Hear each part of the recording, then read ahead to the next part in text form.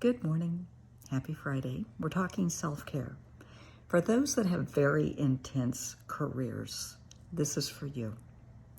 I have a very dear friend, and I listened to his podcast yesterday, and he mentioned, just kind of in passing with his guest, how hard it is to put down your work persona, your work hat, and go home and shift gears. And for some people, that's a big shift. I know when I was a surgical intensive care nurse, some of the cases that I would have would be very, very intense, very traumatic. And I would leave work, have to drive 30 minutes to get home, and my son was waiting because I worked 7 p to 7 a, 7 at night to 7 in the morning. So I would see him before he went to school. Now, he was always wound up, couldn't wait to talk to mom. And if I had a really bad night with patients, it's not fair to him to take it out on him. So I would use that, the drive time to shift gears. That worked for me.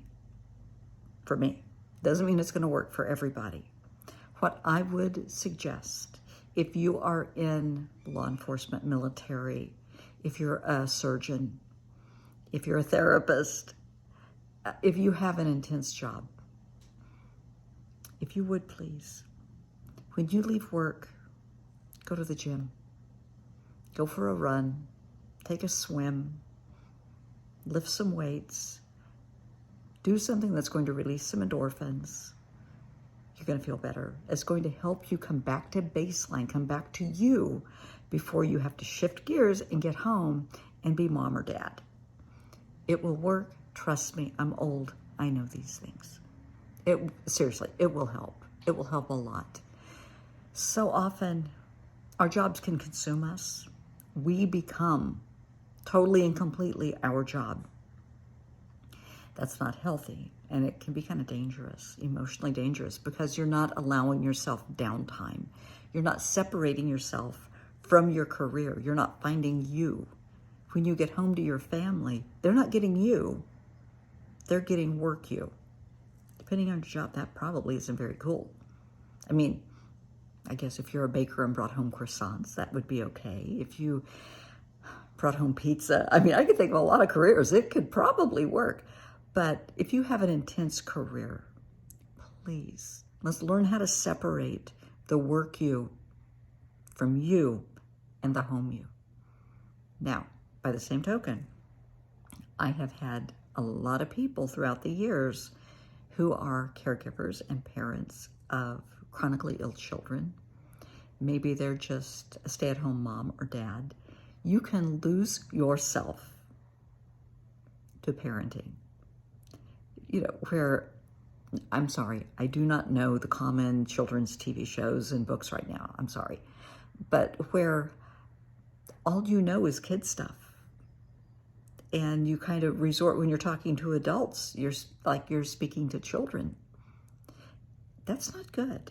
You need to have a day, a week for you, at least an afternoon or an evening where you can be you, where you can be around grown-ups and have grown-up conversations. Yeah, I have seen this happen a lot. I have seen several parents who were caregivers of chronically ill children. And they may have had other children, but they were so devoted to the child with special needs that they lost themselves. And then when the child passes, they're devastated. They really don't know their other children because they were so overly involved in one child. I'm not saying that's good or bad. If you're the caregiver of a chronically ill child or a terminally ill child, it is what it is. But please, make time for your other children, please. And you can, if you know for certain that your child is terminal, get some therapy before, during, and after, because it's going to hit hard. When they pass, it is going to hit hard. You are not a failure. You didn't do anything wrong. You were given a heads up that this was going to happen. So I work with a lot of families that, are dealing with chronic illness, terminal illness. Please find somebody to talk to.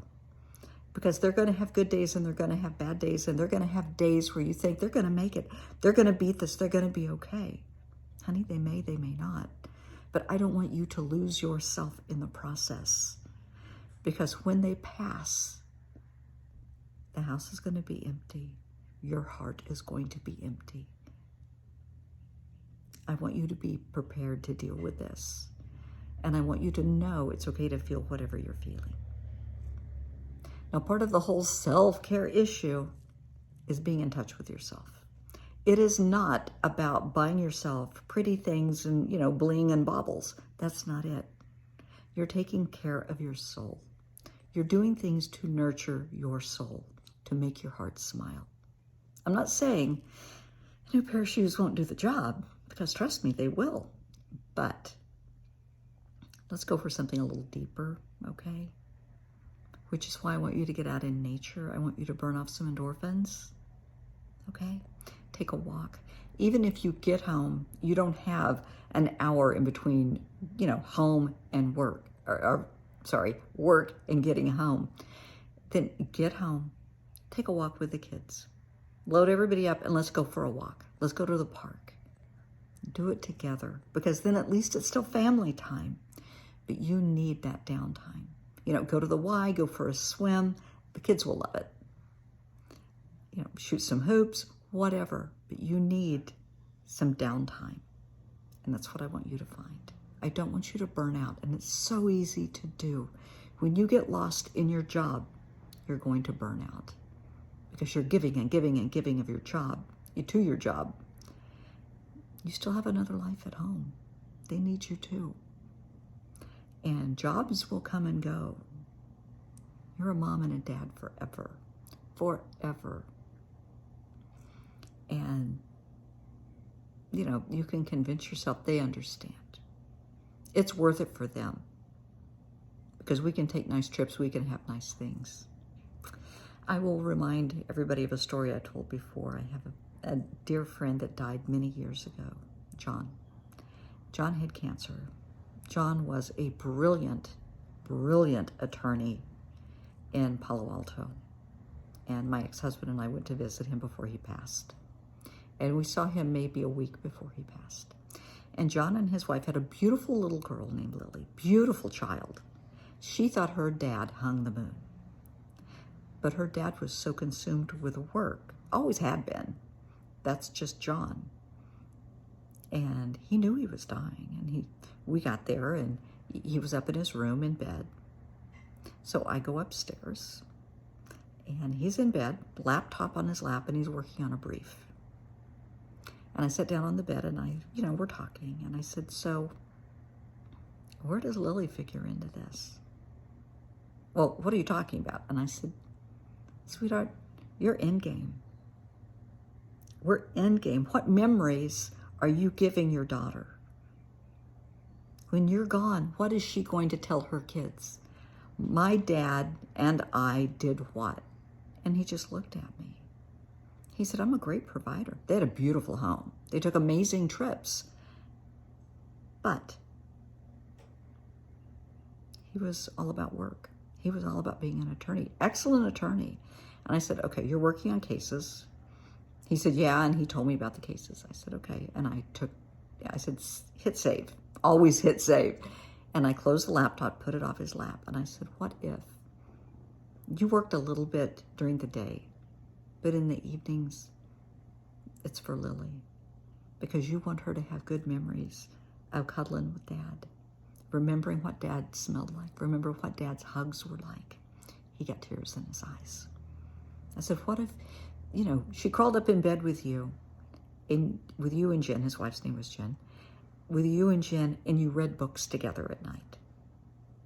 You could each read a page. What memories would that give her?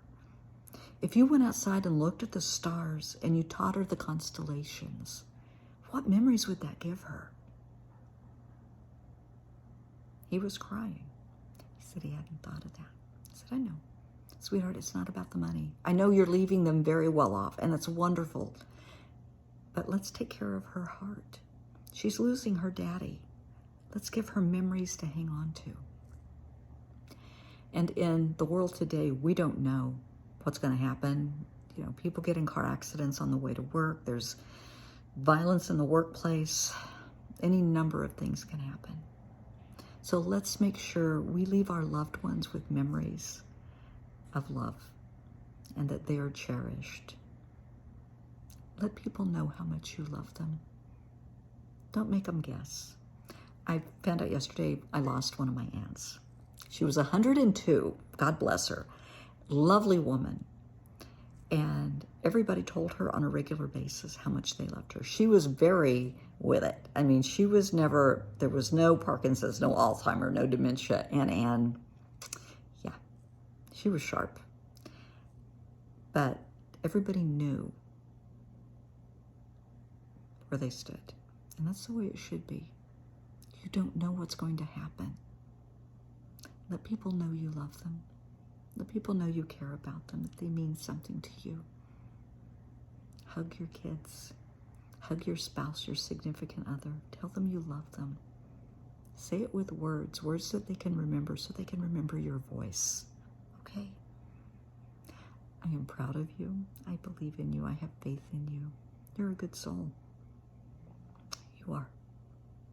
Take care of yourself. That's why I want you to practice self-care. Teach your kids self-care because I care about you.